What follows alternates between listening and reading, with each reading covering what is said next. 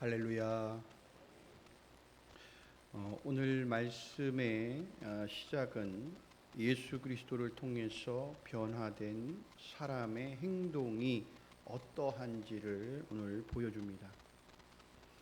사울은 불과 며칠 전까지만 해도 예수님을 믿는 자들을 증오하고 또 핍박하고 옥에 가두는 일을 해오던 사람이었습니다. 그런데 다메섹 도상에서 부활의 예수님을 만나자 그의 인생이 180도 변하게 됩니다. 사울아 사울아 네가 어찌하여 나를 박해하느냐 라는 이 예수님의 음성 한마디가 사울의 영혼을 새롭게 만듭니다. 태양이 비추는 것보다 더 밝은 예수님의 그 영광 앞에서 사울은 무릎을 꿇게 되고 잠시 그의 눈이 보이지 않게 되었지만 영적인 눈은 환하게 열리게 되었다라는 겁니다. 이후에 아나니아를 통해서 안수를 받게 되고 건강을 회복하고 또 세례를 받고 성령 충만해진 사울은 즉시 예수님이 하나님의 아들이심을 전파합니다. 사울은 부활의 예수님을 만나고 지체하지 않았다라는 거예요. 자신의 과거를 핑계 삼지도 않았습니다. 복음의 증거의 어떤 신학적인 훈련을 받기를 기다리지도 않았다. 즉시 부활의 예수님을 전하기 시작했다라는 겁니다. 예수님을 전인격적으로 만나게 되는 사람은 절대 지체하지 않는다라는 겁니다. 이런저런 핑계를 대지 않는다라는 거예요. 구원의 기쁨, 구원의 때를 늦추고 싶지 않기 때문에 즉시 복음을 전하는 증인으로 살아가게 된다라는 것입니다. 복음은 내가 준비될 때 전하는 것이 아니라는 거죠. 구원의 예수님을 만났다면 만난 순간부터 전해야 하는 진리가 복음이다라는 겁니다. 사랑하는 성도 여러분, 부활의 예수님을 만나셨죠? 구원의 예수님을 다 만나셨죠? 그러면 우리도 사도 바울처럼 즉시 예수님을 하나님의 아들이심을 전하는 복음의 증인이 되기를 간절히 소원합니다. 사람들은 이런 상황을 보면서 놀랐어요. 어떻게 사울이 저럴 수가 있지? 혹시 아프고 나니까 정신이 좀 나간 거 아니야? 라고 생각했을 수도 있어요. 그런데 21절 말씀을 보세요. 이 사람이 예루살렘에서 예수의 이름을 부르던 자들을 멸하려던 자가 아니냐. 여기 다메섹에 온 것도 그들을 결박해서 대제사장에게 끌고 가려고 하는 것이 아니냐라고 말하고 있는 겁니다. 그러나 부활의 예수님을 만나서 변화된 사울은 담대했어요. 이들이 뭐라고 말하든 그거에 개의치 않았다라는 거예요. 그들의 말에 절대 흔들림이 없었다라는 겁니다.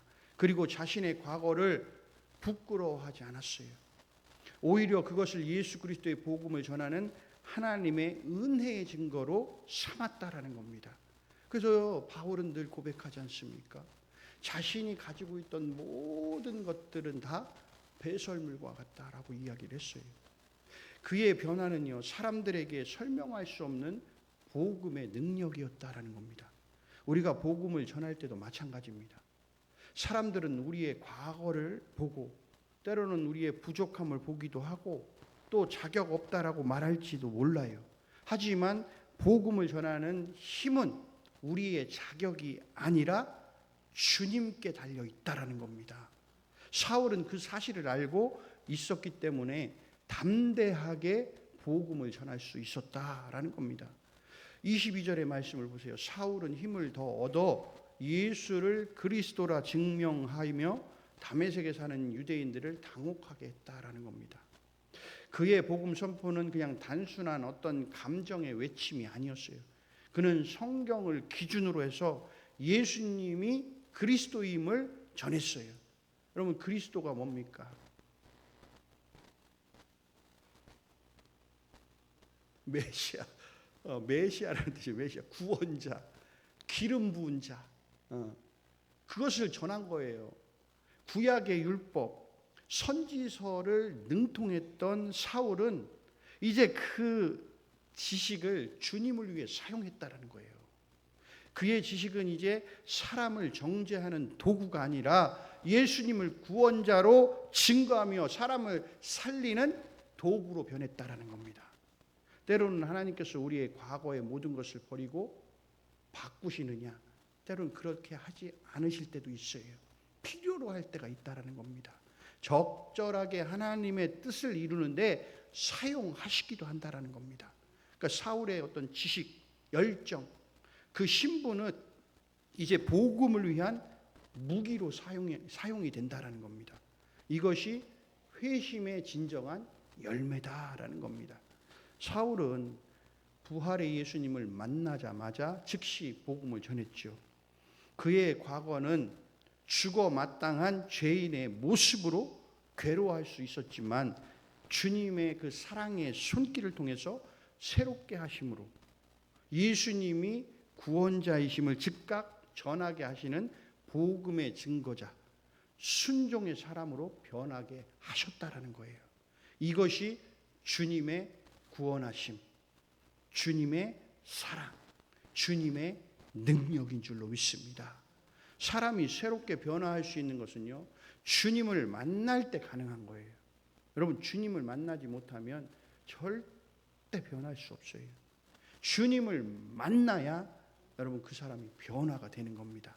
그 변화의 모습은 지체하지 않고 복음을 전하는 증거자의 모습으로 나타난다는 거예요. 그러니까 예수님을 만났어요, 제가. 그럼 예수님을 만나면 내가 어디를 가든지 예수님의 이름을 자랑스럽게 여기는 사람이 된다는 거예요. 늘 예수님을 전하는 증거자로 살아간다는 거예요. 전도자로 살아간다는 겁니다. 복음은 내가 준비된 후에 전하는 것이 아니라고 말씀을 드렸잖아요. 복음은 내가 완벽할 때가 아니라 예수님을 만난 그 순간부터 전하는 진리다라는 겁니다. 사울처럼 우리가 즉시 순종할 때 하나님은 우리를 통해 놀라운 일들을 이루어 가실 줄로 믿습니다. 이 시간 여러분들 고백하세요. 그리고 마음속으로 선포하세요.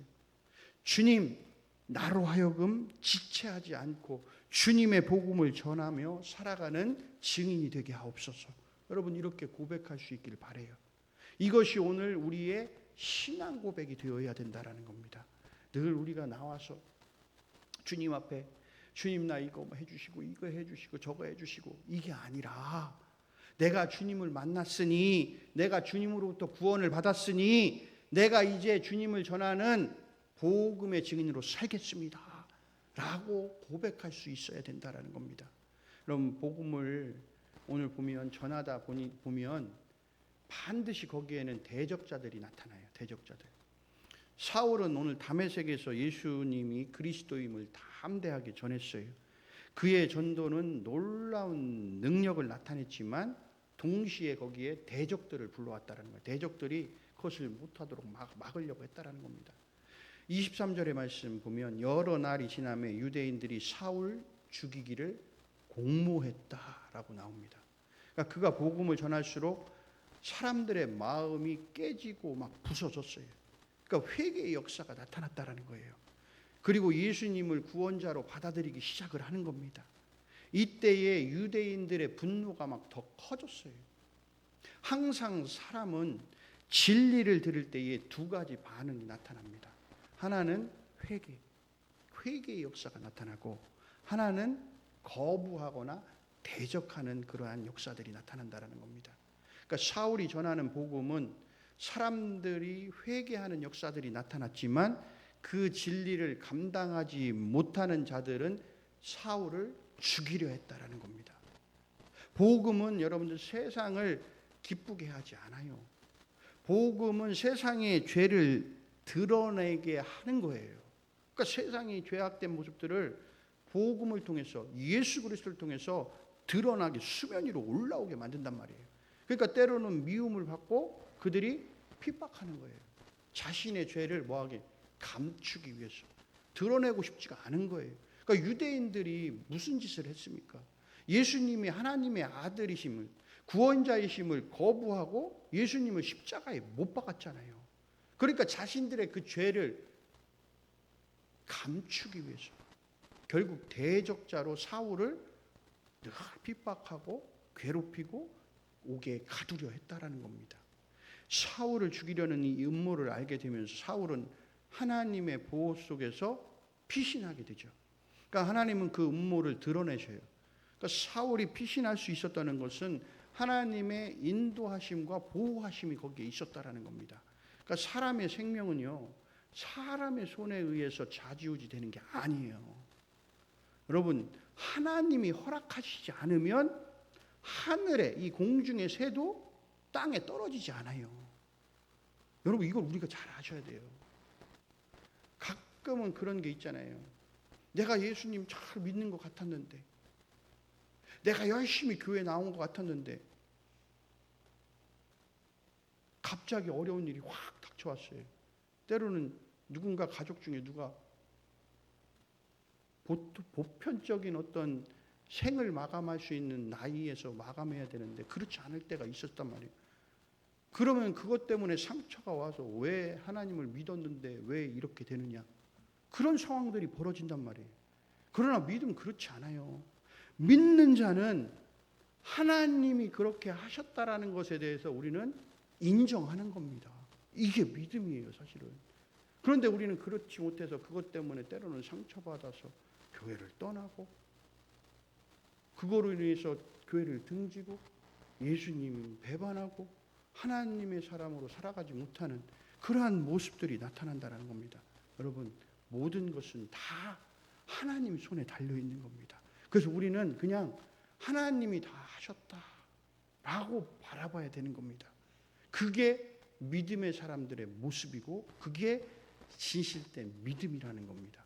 여러분, 하나님이 절대 허락하지 않으면 저기 있는 여러분 꽃밭에 있는 꽃도 그 시듬도 다 하나님이 주관하시는 거예요.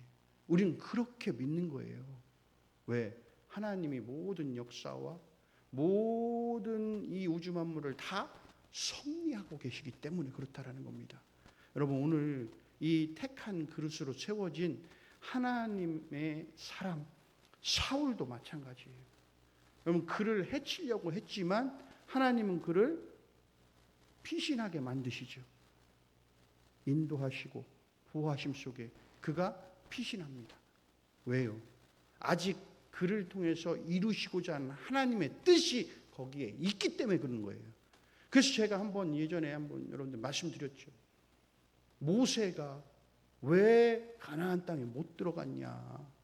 왜 그 비스가산 위의 꼭대기에서 그가 생을 마감했냐? 그 당시에 그는 강건했던 사람이에요. 나이가 들었지만 그래도 그는 강건했던 사람이라고. 눈도 밝았다. 그런데 왜 거기서 그는 가나안 땅에 들어가지 못하고 죽었냐? 그의 사명이 거기까지이기 때문에 그래요. 하나님의 뜻을 이루는 거기 가나안 땅에 들어가기까지 그 사명이 모세의 사명이었기 때문에 그렇다는 겁니다.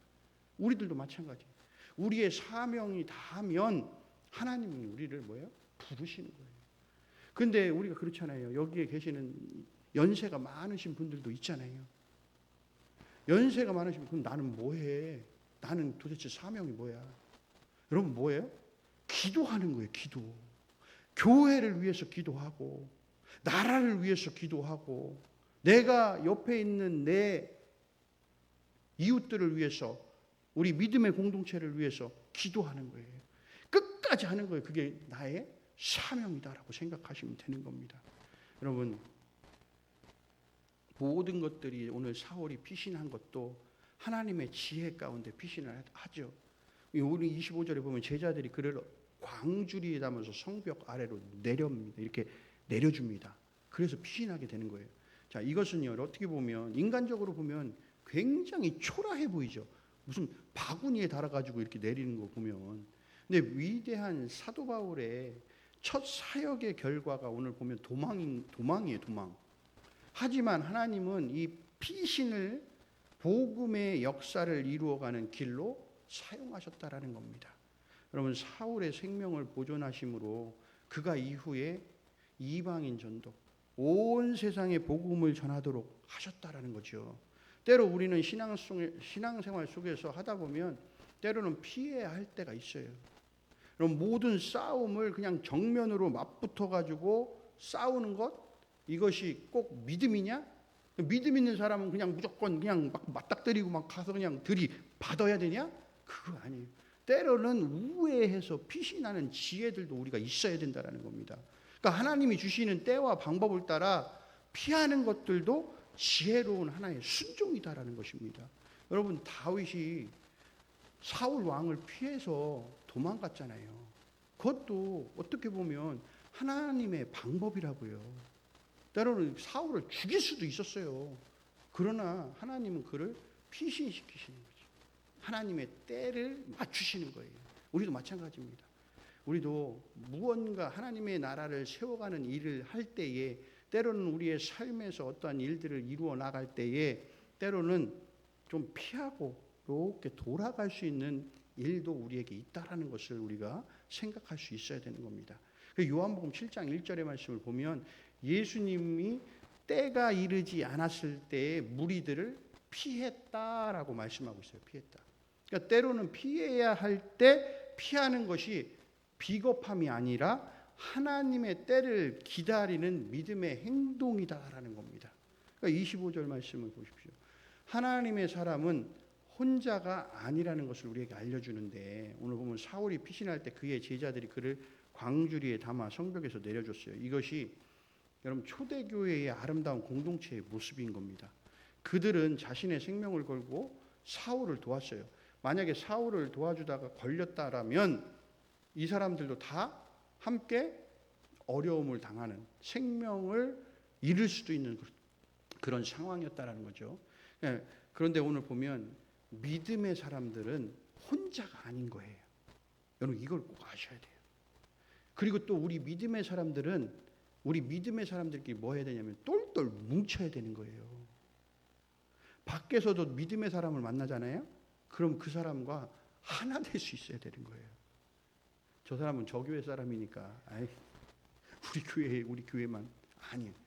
믿음의 예수 그리스도 안에서는 모두가 다 형제요 자매요 가족이다라는 겁니다.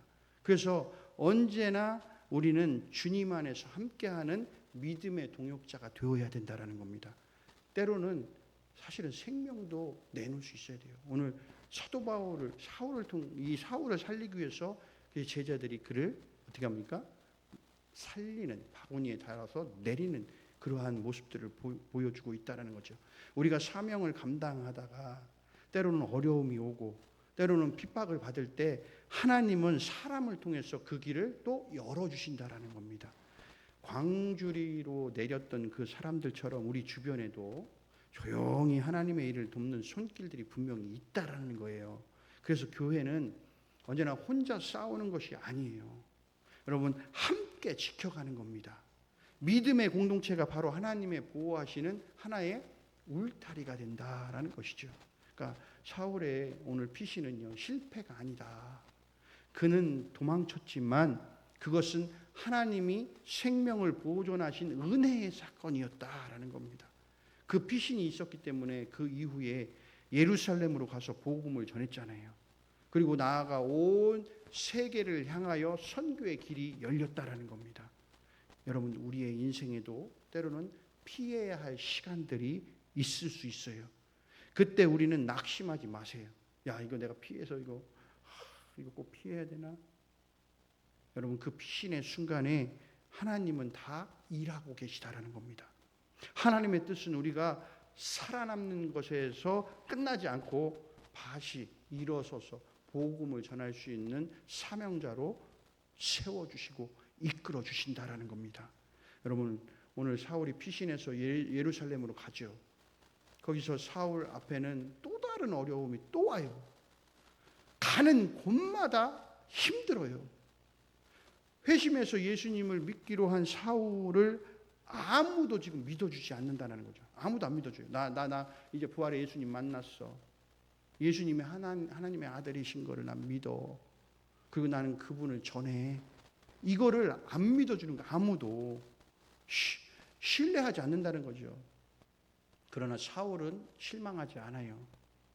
여러분, 때로는 사람들에게 신뢰를 주기 위해서는 시간이 걸리기도 합니다. 여러분, 사람들로부터 인정받기까지 변화된 모습을 보여줘야 돼요. 계속해서 똑같이 일관적으로 한결같이 보여줘야 돼요. 진정한 회심은 그냥 어떤 단번에 사람들의 신뢰를 얻는 게 아니에요. 삶의 열매로 증명해 가는 겁니다. 그래서 27절 말씀에 보면 이제 바나바라는 사람이 등장을 하죠. 그러니까 바나바는 사울을 믿어줬어요. 오늘 바나바라는 그는 사울의 과거보다 하나님이 그 안에 일하고 계시는 것을 본 거예요. 저 사울을 통해서 지금 하나님이 일하고 계시는구나. 그걸 본 겁니다. 그러니까 영적으로 영안이 열려 있다라는 거예요. 자, 그리고 교회 앞에 나서서 사울을 대신해서 소개해주고 그를 인정해줍니다. 여러분, 바나바라는 사람의 이름의 뜻이 뭡니까? 질문만 하면 다들 그냥 여러분, 바나바라는 사람의 이름의 뜻이 뭐예요? 사도행전 쭉 보면서 우리 배웠잖아요. 사도행전 4장에서 위로의 아들. 여러분들, 그 이름대로 그는 상처 입은 자들을 뭐예요? 품어주는 거예요. 품어주고 사람들이 외면한 사람들에게 다가가서 그들을 위로해주는 그런 위로의 아들이었다라는 거죠. 그러니까 오늘 이 공동체에, 우리 공동체에도 여러분, 이 바나바 같은 사람이 필요해요. 사람의 어떤 과거보다 하나님이 이끌어 가시는 현재를 볼 수 있는 사람, 그러니까 상처받은 자를 대신 좀 변호해 줄 수 있는 사람, 신앙의 다리를 좀 연결해 줄 수 있는 사람, 이런 사람이 우리 공동체에도 필요하다라는 겁니다. 그러니까 위로해 주고 품어주고 사랑해 주고, 이러한 바나바와 같은 사람이 우리 군서중앙교회도 필요하다라는 겁니다. 여러분, 사울은 교회 공동체에 받아들여지게 돼요. 이 바나바를 통해서. 그래서 곧바로 예루살렘에서 담대하게 복음을 전합니다. 그의 열정은 멈추지 않아요. 그러나 결과는 또다시 핍박이 다가옵니다. 핍박이 와요. 그들이 또 사울을 죽이려 했다라는 겁니다. 여러분, 이 장면은 지지난 시간에 우리가 아나니아가 안수할 때, 여러분 그때 우리가 이 말씀을 여러분들 들었을 겁니다. 아나니아에게 성령 하나님의 음성이 들리죠. 9장 16절에 그가 내 이름을 위하여 얼마나 고난을 받아야 할 것을 내가 그에게 보이리라. 그러니까 사울은 앞으로 고난의 길이 열렸어, 이렇게 얘기한 거예요. 앞으로 복음 전하다 보면 핍박받고 죽을 수 있는 상황까지도 갈 수 있어. 이 이야기를 누가 하셨다고요? 하나님이 하셨다고요. 하나님이. 그러니까 오늘 보세요. 계속 그대로 하나님의 말씀대로 그대로 이어지잖아요. 복음 전하는 곳곳 가는 곳마다 뭐예요? 회개 역사도 일어나지만 자꾸만 핍박하고 사울을 죽이려 하는 사람들도 등장하게 되고 결국엔 고난의 자리에 서게 됐다라는 겁니다. 여러분, 사울은 언제나 복음을 전할 때 생명의 위협을 받습니다. 그러나 그는 결코 여러분 복음 전하는 사명을 멈추지 않는다라는 겁니다. 우리도 마찬가지예요. 우리 다 구원받았죠? 너무 목소리가 작아요. 여러분, 우리 다 구원받았죠? 여러분, 우리는 예수님을 만나 예수님의 그 구원의 자리에 다 동참한 사람들입니다. 여러분, 우리도 마찬가지해야 돼요.